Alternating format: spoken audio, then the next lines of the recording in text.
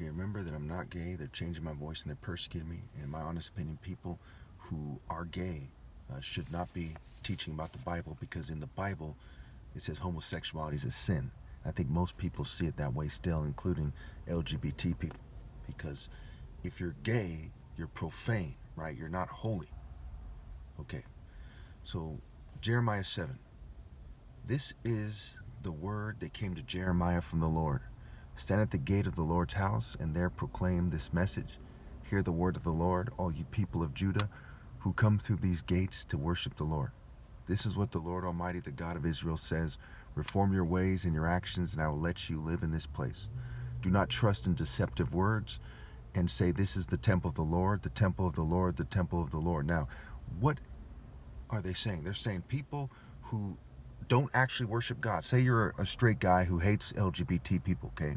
And again, I'm not LGBT, but say you are, and you say you think that the answer is to get minorities to be disproportionately LGBT, and then to seem gay so that people take your religion more seriously. Okay, remember, one who slackens work is brother to one who destroys, and Babylon's referred to as the destroying mountain. So people who are in those guys' religions and they didn't do their due diligence to look into that person carefully and to know that they're benefiting from that process, they are absolutely an abomination of the Lord. So by their actions, whether it's the staff at the churches or their congregations, they're saying that the church, which obviously it isn't, magically is the temple of God, which is not. You see what I'm saying? So that's a deceptive word, right? Remember, the word is the action, the spirit. The word is God, right? The spirit of God, the extension of God. So their word is the devil, and they're at the devil's temples. There's no other way to look at it. If you really change your ways and your actions and deal with each other justly, if you do not oppress the foreigner, the fatherless, or the widow, and do not shed innocent blood in this place, and if you do not follow other gods to your own harm. So when people say to me things like, you don't have to say all that, I do. You're following a false idol. Okay? God does not play a game of tolerate falsehood. God does not tolerate the wicked.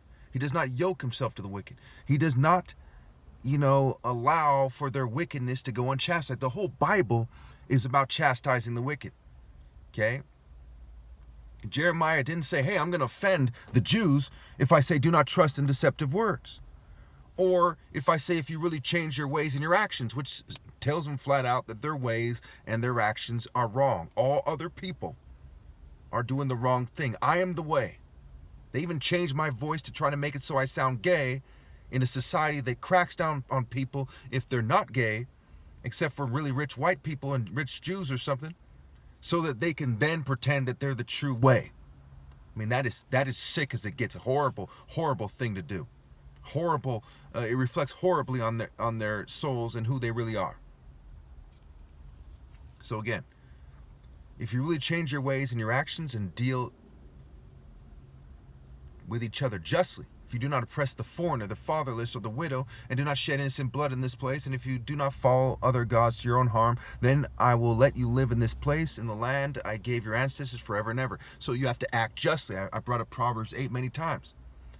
After I die, there's no way to act justly, because it's not right to cheat me out of my right to lead, to cheat me out of a planet where I can have offspring that are, that it's logical to have children in, to marry someone, have a female, get pregnant, and have children, obviously.